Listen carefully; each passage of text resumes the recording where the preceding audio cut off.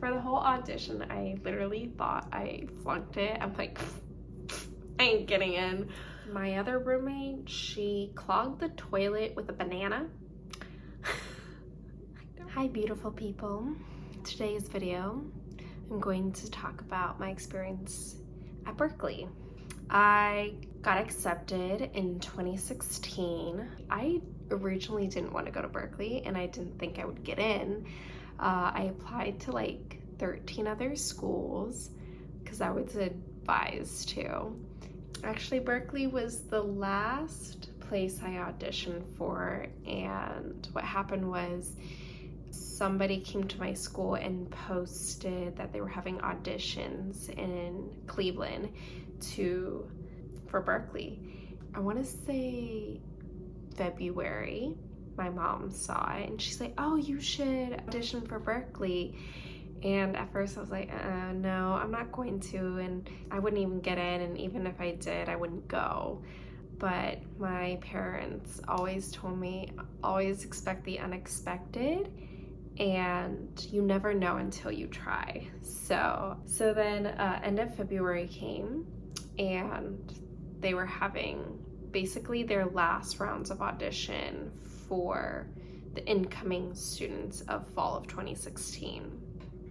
So I auditioned. As a musician, I never learned really music theory, a little bit when I was playing the violin, but not too much. Learned music even in choir class, pretty much by ear. I was trained jazz, musical theater, and classical. I will say I'm not the best classical singer, but the arts high school that I was going to required. So I already had, a classical piece. So the audition came and I did a classical piece. I got in, I checked in, ready to go. So when I was next to be up, they put me in a room. There was a piano there and there was music sheets or to sight read. And I was going through this, and basically there was like at least 15 little sight singing examples in a little booklet. It was like, I have no idea. I'm like going through it. I can't read this. I'm gonna flunk this. I go in, I did my classical piece. They had me sight sing. And they went to example 1. I just had no idea what I was doing. I was basically making up notes, and they were like, oh, stop. They're like, basically they knew I couldn't sight sing, and they're like, that's okay. Also, they said, do you have another piece to sing? I think to also see if I can do a variety of things. And I was like, yeah, I can do a jazz pop piece. So I did. Then after that, you have an interview and a representative from Berklee, and they ask you interview questions. And for the whole audition, I literally thought I flunked it. I'm like, I ain't getting in. Because even in the interview, the representatives like, are you an outgoing person? Do you like to work with other people? And I was like, absolutely not. I like to do my own thing. I had to work with a group of people. I will, but I prefer not to, because majority of the time I cannot trust people. And then he was like, I asked a few questions. I said, is it very, oriented based with working with other people? And he's like, yes, very much. And I was like, I ain't going. I ain't getting in. Funny enough, I get an email, and it was in the last week of April, which is kind of your last decision of choosing what school you wanted to go to. And I was for sure either gonna go to Kent State University or Columbia University of Chicago, which is an art school. I was pretty much gonna go to Chicago. I actually opened the email and I was looking for, like, in the first 3 sentences of like, I'm sorry to inform you that you didn't get in. And I can't find the, like, I'm so sorry you can't. I was like, Angel, just read it. And so I read it, and it says, "Congratulations, you've been accepted to Berklee." And I started screaming. I was like, because it's kind of funny. My life kind of foreshadowed going into Berklee, because growing up, I sang in church and I collaborated with some people, and they're like, "Oh, you're like John Mayer and I don't know, like Kobe Calais, basically." And they're like, "You should go to Berklee." And I was like, "I ain't gonna go to Berklee." And I would always hear like, Psy from Korea went to Berklee, and all these K-pop I used to listen to, the old people, they partially went to Berklee for a semester or two, foreshadowing in that aspects. And so I get in, and then I did pray about it, like, "God, do you really want me to go to Berklee?" Because it was so expensive. I wasn't given a scholarship. Going to Chicago and I think to Kent, I did get a bit of scholarship. My parents were like, "Whatever your decision is, do it."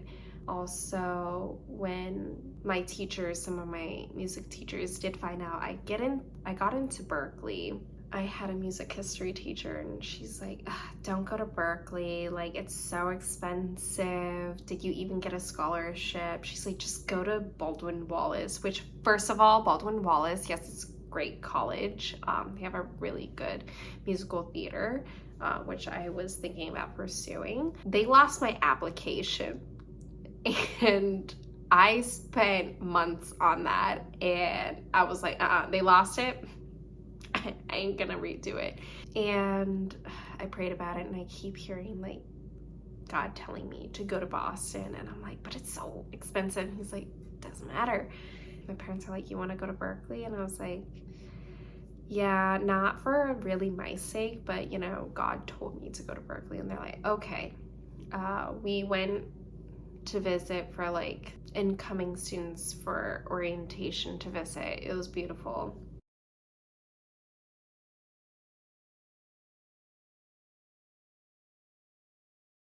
I get to Berklee, and it was a struggle. I wanted to quit my first semester of Berklee. It was so difficult, because you had your core classes, your ear training, your MAT, which is it's called Music Theory 101 class. And I was just struggling because I did everything by ear, but all of this was by theory, and I didn't have any basic knowledge or just any knowledge of theory. Yes, I knew the C scale, but I didn't realize there was a pentatonic scale and minor scale and major scale, and I was like, "Oh my God."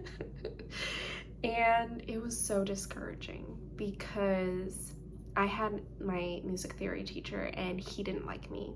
He and my classmates, because I was the student that was struggling, and you could tell, because so they would have you come up and do these things. A lot of my classmates, they already had theory knowledge, and I was just struggling.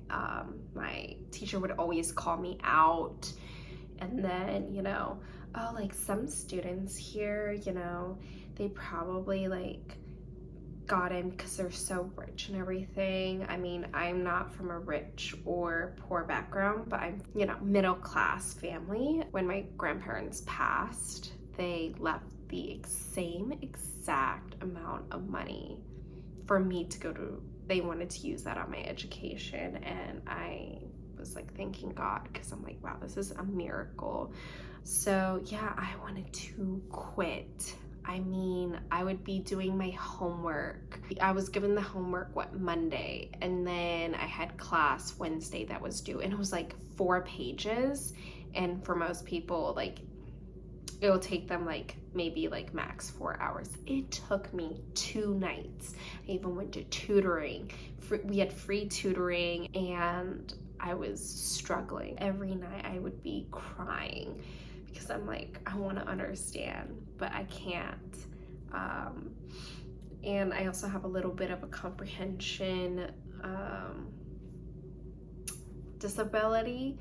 So that really got in the way, and I even went to my teacher's office hours, and I think my teacher, he hated me and he was getting sick of me, and he really didn't like me. But along the way I made some friends I'm still friends with to this day.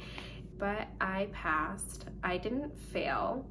I failed a lot of my exams because at the end, I knew the basics, but to apply it, yeah, but I passed with all C's in my most of my core classes.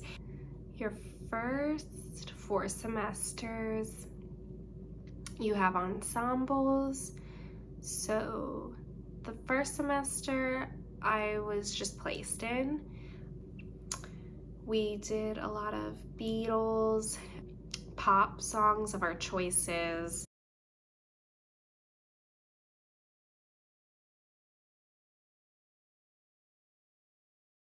Oh my goodness. Okay, so my first semester, I had 2 roommates. Literally, the room that we were given was a 2-person bedroom, but they crammed us 3 girls in. Now, this is where I learned that girls can be disgusting, because I have a brother, so I didn't have a sister before. But my gosh. So growing up, my parents would always like take out the trash, or clean up, be clean. And then when I got to school, oh, my roommates were nasty. I mean, my one roommate, she was nasty. And I shared a bunk with her. I was on the bottom, she was on the top. And disgusting. Just like, she would throw away trash, like food in the trash, but like she wouldn't take it out. And we had a mice come in. I had an issue with her. Like, I reported it. I even called the maintenance people, and if you let the maintenance people know, they'll come in and try to take care of it, whatever they do. And when the maintenance person came, she answered the door and she rejected them. And come to find out, at the end of the semester, they found a mouse hole next to her desk, and she knew about it, and just basically, I think, wanted to piss me off and didn't do anything about it. My other roommate, she clogged the toilet with a banana. I don't know. Usually you get the worst roommates ever. You don't get a good roommate. And I would clean the bathroom like every week, or every 2 weeks on a Thursday. And my roommate that clogged the toilet with a banana, she would get the shower dirty, like really dirty. I don't know how. It would just turn brown. And I was just like, and for me, like, okay, also with the trash can, back to the trash can. I don't care if you put paper in it or whatever, just take it out. But if you leave food, like, we are in a very, very old building, and also it's the main building. So if you lived in the main building, you were blessed because you could just go to class and whatever. But no, in the 160 building, the new building, which was very nice,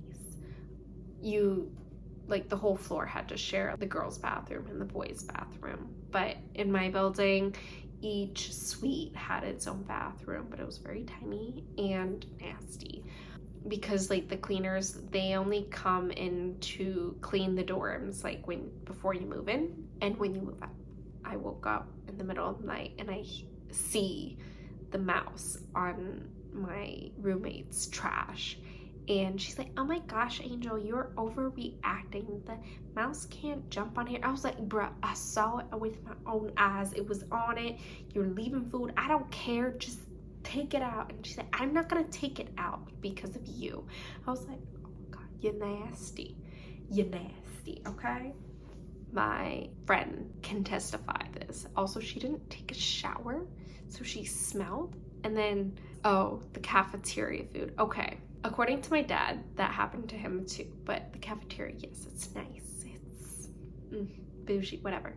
No, like a month after I moved in, Like, I'm sorry, I'm gonna talk about poop, but I had to go to the bathroom, like, okay, pretty much every day, fine, okay? Then it gradually, having to go twice a day, like, I usually don't use the bathroom this often, but okay. But like at the same time, like it felt like my system was like being cleansed out, but then I had no nutrients in. Like, yeah, I have to go to the bathroom, but I'm also at the same time hungry. Like every time go to the cafeteria, I had to go to the bathroom. And I realized towards like the middle of the semester, I'm like, they put laxatives in our food. They have to. My roommate and I, at the time, we were at good levels and we were eating together. And we went to breakfast together. We're eating. And then we're like, okay, gotta finished, we get up, and then we immediately have to use the bathroom.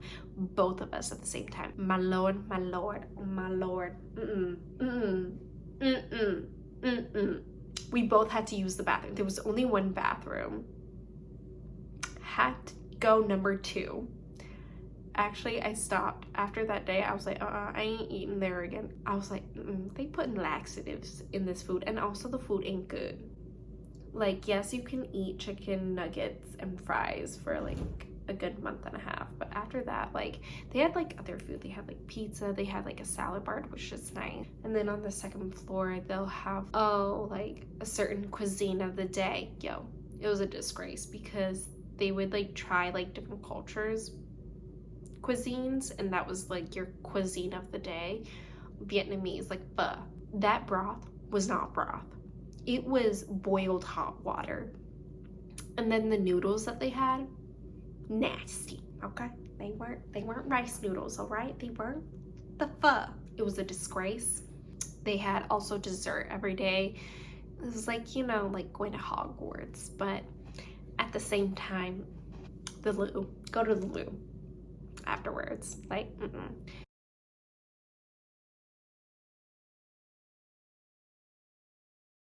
The next thing that happened is like at Berklee, so you have pretty much 4 to 6 semesters of you have majority of your core classes and things you do have to follow that are mandatory in order to graduate.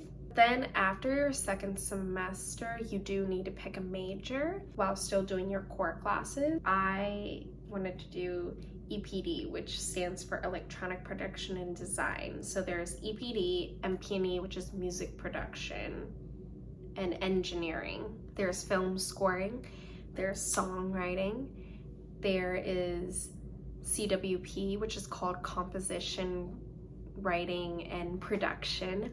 There is music therapy. There is vocal performance. There is general performance.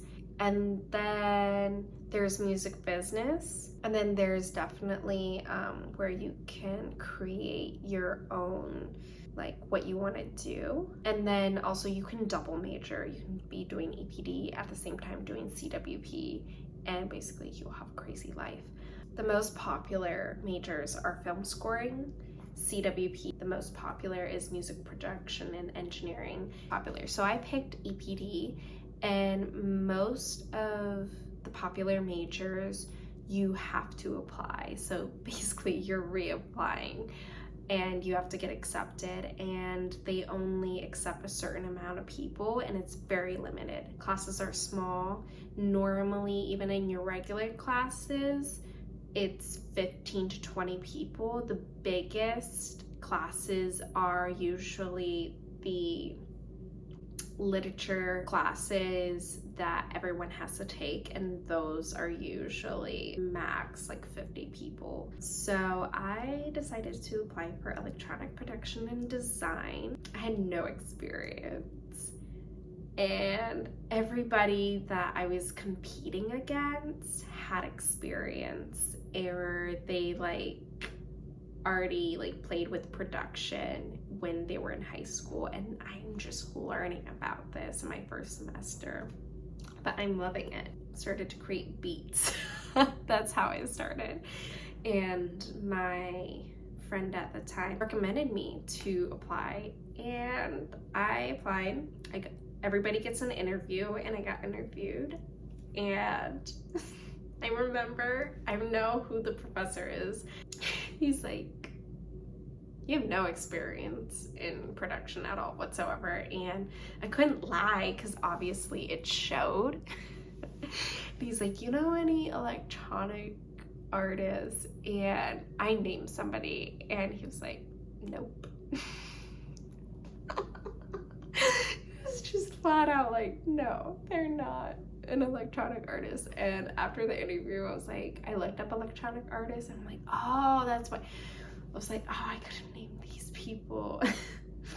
He lit up, and he's like, I'll take a chance on you. Yeah, you know what? It's going to be very difficult to persuade the other professors in the chair, but I'll try to make a vouch for you, literally.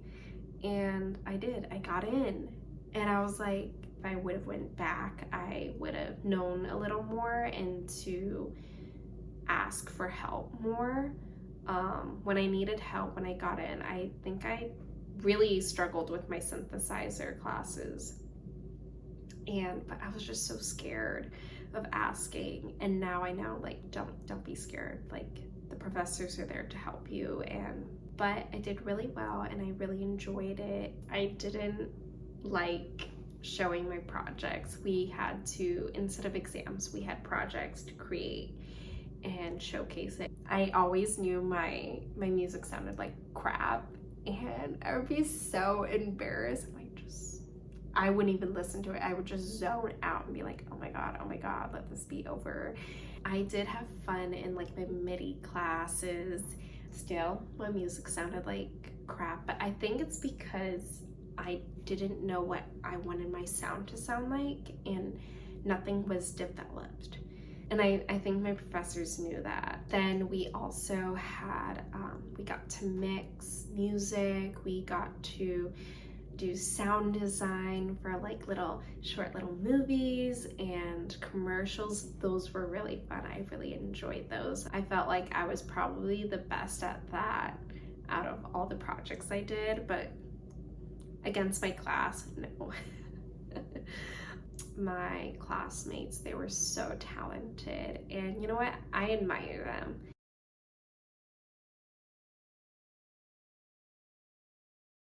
I think in Berklee, the environment can get toxic, and I think most of us that went to Berklee were nerds. There weren't any parties. We just didn't have time. Most of like the competition was like how much sleep we got or we didn't get, and that was toxic. Like, I had to go to rehearsal. I'm in this like 5 ensembles, and then I have like this film scoring project that's due tomorrow. I have 5 projects due tomorrow, and I didn't get any sleep. I only got 2 hours of sleep, and I'm like, oh my god. If I didn't get enough sleep, I couldn't function. But I got to meet some really cool people, some really talented people, international students. So all my friends at the time that I became friends with are all international. And even the friends I am close to these days, they are from the Caribbean, from Asia, just from different parts of the world, and I love it. Yeah, I made some really good memories. The only thing I regret is I wish I became more connected with my major. I felt like my major was more individual and independent than most of the majors, because most of the other majors like music, production, engineering is more like you have to collaborate, you have to find a band to play together, to record, whereas with your projects in EPD, it's more individual projects. You did collaborate on some classes that were mandatory, but you could do everything pretty much on your own.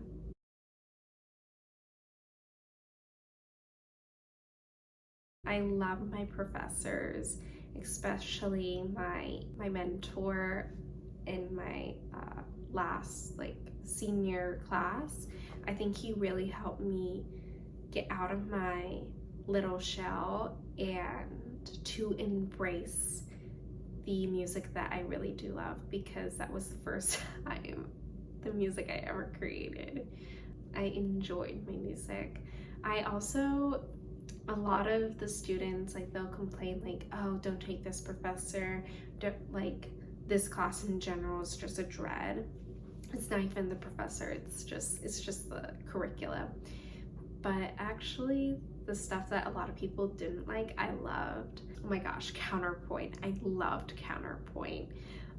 And I think it's because I was trained classically, and so there's a little bit of classical theory in that aspect, but I enjoyed it. And I even used it in some of my EPD projects. And oh, I loved conducting. Everybody hated our first professor that I was assigned. I couldn't get a choice of that because sometimes you get ranks and it depends on how many credits you've taken and just what semester you're in. But usually the people who are in their last semester or who have done the most credits, they get to sign up for classes earlier. Sometimes you're limited with options. So my classmates and I, we were given this professor for conducting, and he was a horrible teacher, just in general. He almost like to conduct an orchestra. He also taught music history, incorporated, which wasn't part of the curriculum. It was a written exam, and it's supposed to be a 2-hour class, 2-hour exam, which is for him to go through everybody to conduct. But instead, the first hour, he made everybody take a written test, which all of us were pissed off and this is a waste of our time. The last hour, he put us in groups, which kind of was a benefit for us. And I don't know, he just sucked at teaching and just didn't teach us properly. But yeah, actually, eventually he got fired. And then my second conducting professor, he was actually pretty good. He also got fired, but that's another story. It's a scandal. But actually, I learned that the more you go up, because usually they'll be like, hey, who wants to come up and do the piece? And actually, I didn't. My professor would always call on me. He did have favorites. It was me and 2 other boys and 1 other girl. He'd always call on us. And actually, it was to a point, he would always call on me first, and I was like, okay. I mean, he's like, since you know the piece and you're practicing, you know what, do whatever you want. I was like, okay, I'm gonna take a nap. And he's like, okay, sure, you can take a nap, Angel. That's so weird. But yeah, because basically the whole class is he's calling, the teacher usually calls up and, who wants to go next, or he'll check your posture and stuff like that. And the pieces that he chose were difficult because it would start out in 4/4. And then about I want to say 50 measures in, it switches to 3/4, and then 5 measures in, if you don't pay attention, it turns back to 6/4. And I'm just like, oh my god. So it was a little stressful, but actually we were going by the recording, which would be the exam, because in the recording, the opera singer, she was off about half a beat, and it will throw you off. I think he picked it on purpose, and so a lot of the times we would mess up in that area. But when it came to finals day, I did pretty well, and it was an 8-minute piece. I also didn't have an option of choosing him either, but he was really good professor, so that was fun. So yeah, I had fun in conducting class. My counterpoint teacher, she's from Taiwan. She was also fired, but she had a service dog, so that was nice. She had a golden retriever. She had a dry sense of humor, so if you didn't get her sense of humor, a lot of people wouldn't like her. But there was a majority of us that loved her. We're like, we love you, Rosie. But I will say there was a lot of struggles, just going to bed at like 4 a.m. like, I'm finally done with my project, you know, turned it in.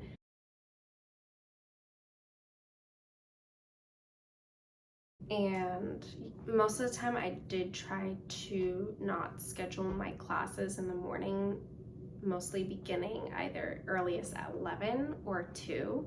But there were certain classes that sometimes I didn't have a choice, or I wanted to take a class but the only option was 9 a.m. So there was an EPD class. It's basically like kind of like how you would write music or like pop music, and going into more depth of like breaking down a song and how it's set up. So that was nice, but it was at 9 a.m. because the teacher, I think he enjoyed 9 a.m.s, but you know, he was sweet. I had in my first semester, I had a few classmates that didn't like him because I think he kind of has a little bit of a monotone, but he and my other professors that I had, which is like Dr. B, but they are geniuses. They are basically, the one professor, he was like making music for like NFL commercials and for the NFL, and I'm just like, and you make a lot of money when it comes to commercial music. And I was like, he's a genius. I had a mixing professor, his name was also Jeff, but he was like popular in the anime world, and he was my professor. He mixed like basically for TV shows, an anime TV show for, I don't know, I think it was like for YouTube or Netflix, I have no idea, but he's like really well known in the world. And like I would have classmates like, yo, he's a genius, do you know who he is? I'm like, I don't know. Like whenever students or classmates would like bring up certain artists and people, or you know, these people in the big industries that are at our colleges, I'm like, but you know, I feel like in a way that kept me humble, but I was just so blessed to be there. Who else? Oh, then we didn't, in my major, there was a bit of not enough girls in the major. Like usually every class there was one girl, or if you were lucky you would maybe have one or two other classmates that were females, but even those, like, they were intimidating because they were so good, they were so talented. But finally we got our vice chair, who was a female, and she she worked on Kirby. It's like on your Nintendo games. She made sound design for that. She made sound design for Sesame Street. She also did sound design for, I think she did Yu-Gi-Oh! Yeah, Yu-Gi-Oh! All that sound effects, she did. So she's like a boss in the sound design industry. And then she also makes, I think, sound design for Ableton, which is, there are basically 3 softwares in the music industry. And there's Ableton, Ableton Live, Pro Tools, and Logic. I usually use Logic. It's very good with MIDI, and I use MIDI all the time. Ableton is great with also MIDI, but it's really good software for live production, like if you're a DJ or if you're going to a Daft Punk concert, Marshmello, those type of people, they probably use Ableton. Those people who usually do live performances, they use Ableton. It's very good. Pro Tools is really good for recording, production, those type of things. But yeah, she was a boss. She also made sound design. I'm gonna have to link it because my brain is not working. But yeah, so a lot of my professors, they already dominated the industry that they were in, and that was my experience at Berklee. If you were to ask me to do it again, no, absolutely not. It caused me a lot of pain, not trauma, but pain. It hurt my brain. I had 8 classes per semester, which is like 16 credits. That was normal for us. Like 8 to 12 classes a semester. You're like, if you were done with one thing, you had to do another thing. So you really had to time and span out your projects and everything.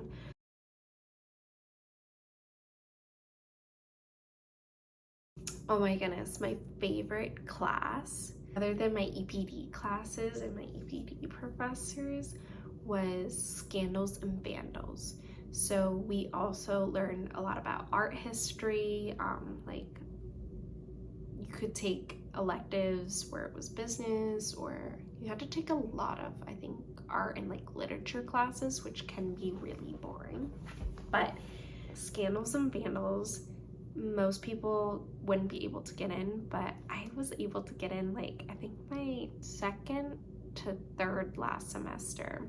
That professor, he's a really good professor. His name's Ross Bressler, and you just learn about a lot of art and that have been either stolen or vandalized or still missing to this day.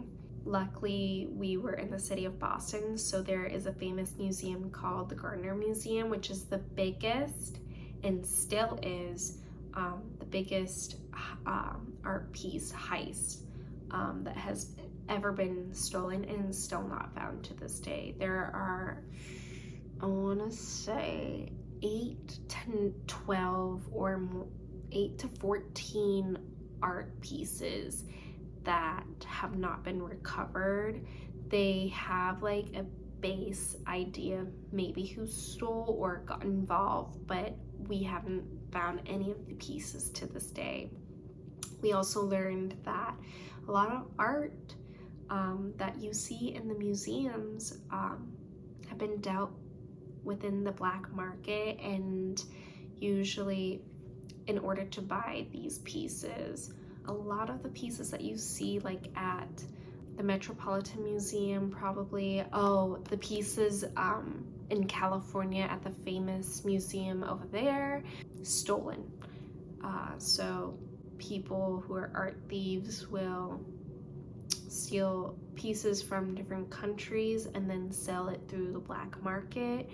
We also learned about World War II and how the Nazis have really destroyed some pieces or stole some pieces that probably we'll never see to this day because they were stolen or it got destroyed. Who knows? Yeah, there's a few pieces that were recovered.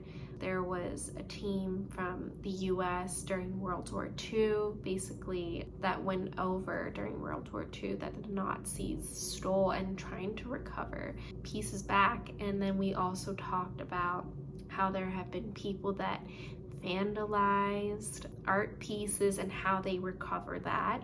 Just fascinating facts that happen in the art world even to this day. So a lot of the art pieces that you see, most of them have been stolen from its original origin that should have been just left there. You know, if you go to Europe and you see certain landmarks, how they've been recovered, how they were built, and mysteriousness of how some places were built. Or also we learned about some historical sites, that is usually protected by the UNESCO organization, how ISIS have in recent years destroyed heritage sites and beautiful sites, and how environment could affect the beautiful places that we do see now that could be gone maybe in 100 years.